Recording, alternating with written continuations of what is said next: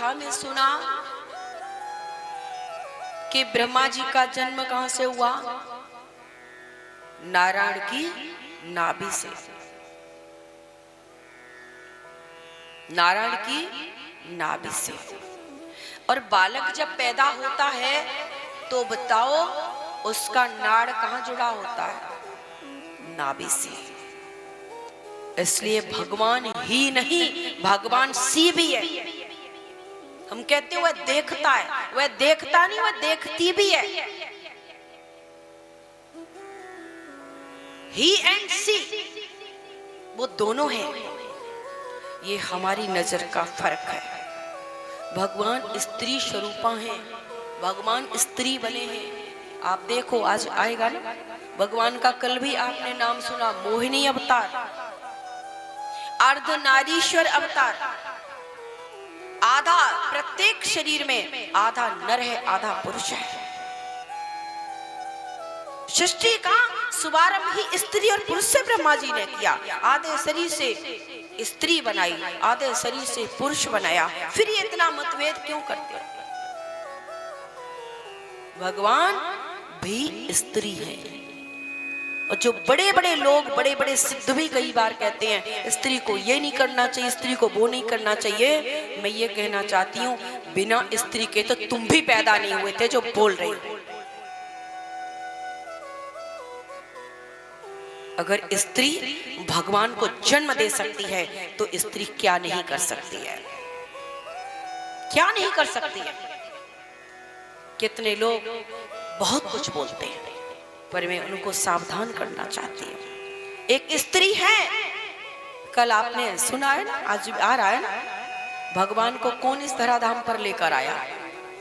देवकी माँ। कौन लेकर के आया? कौशल्या माँ। कौन लेकर के आया? यशोदा माँ। अगर वो भगवान को धरती पर ला सकती है, भगवान को अगर कोख में रख सकती है, तो वो क्या नहीं कर सकती?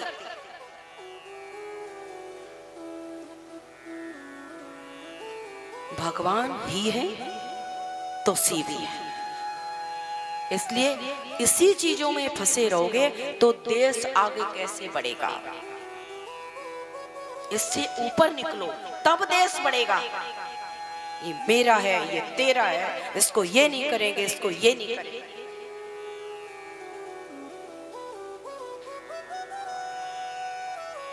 बिना स्त्री के ये सृष्टि आगे नहीं बढ़ी। जिस घर में स्त्री नहीं है जाके दशा देख आना। और प्रत्येक बड़े बड़े सिद्ध का आश्रम भी गृहस्थ से चलता है, गृहस्थ से चलता है। जितने आश्रम चले हैं ना, सब आश्रम बिना गृहस्थ के चल रहे हैं। इसलिए अपने आप को कमजोर मत समझना। यहाँ देवकी पर वार करते हैं कंस, जब अपनी ही बहन को मंगलसूत्र धारण की हुई है, केस पकड़ करके रथ से खींचता है।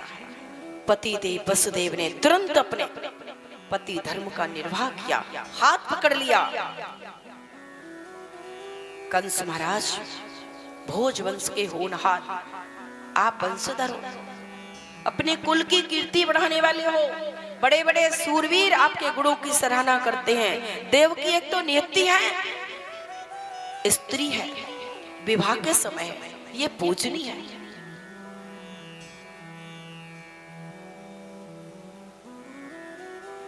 और तेरी बहन भी है, इसे तू छोड़ दे। कैसे छोड़ दूं? इसके गर्भ में मेरा काल पलेगा। वसुदेव जी ने कहा कि तेरा काल अष्टम संतान होगी ना, देव की तो नहीं है। मैं वसुदेव वायदा करता हूं जितनी संतानें होंगी तुझे ला करके दे दूंगा, समर्पित कर।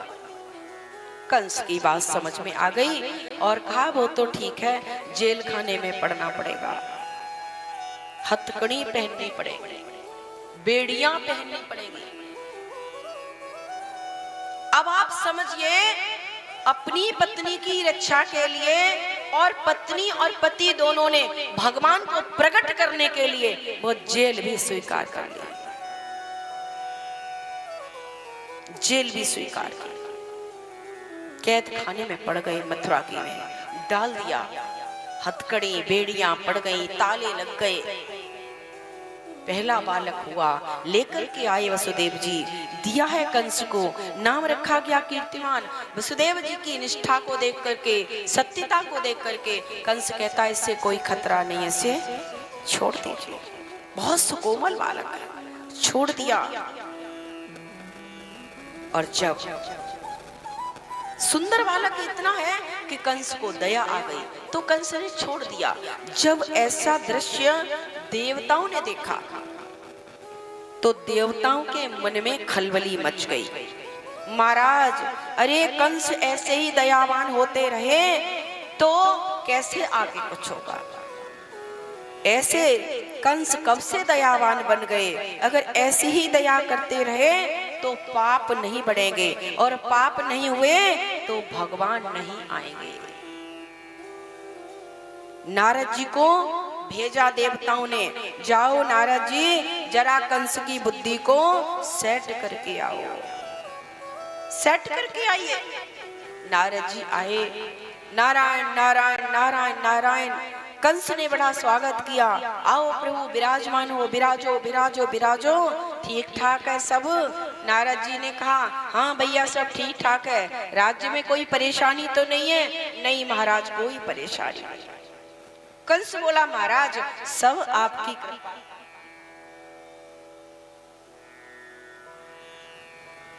सब आपकी कृपा है।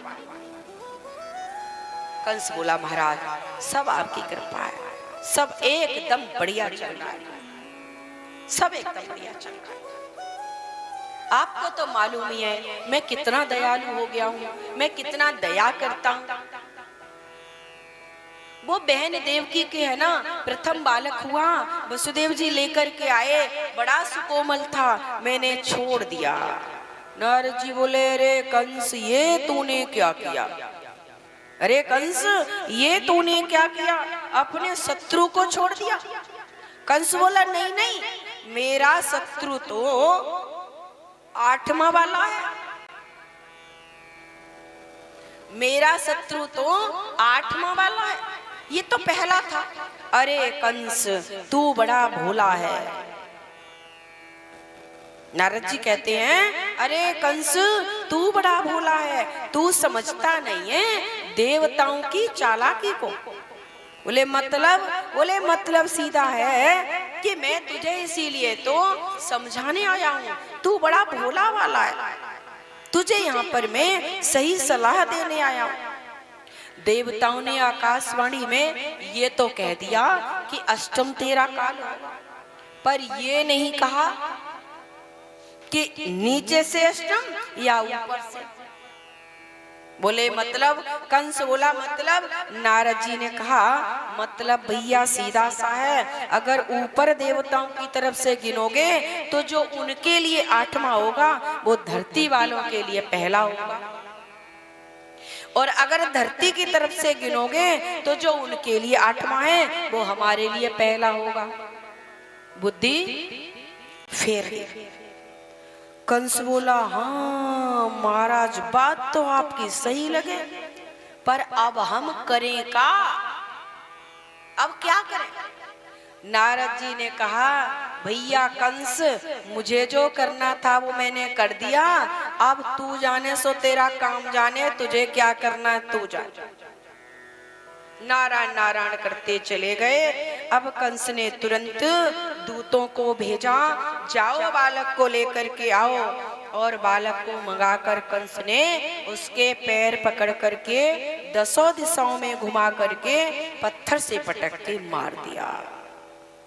इस प्रकार 6 संतानें लगातार कंस ने मार दी। 7वां गर्भ माता देवकी धारण करती हैं। उसके पूर्व ही भगवान ने योग माया से कहकर माता रुक्मिणी, माता रोहिणी,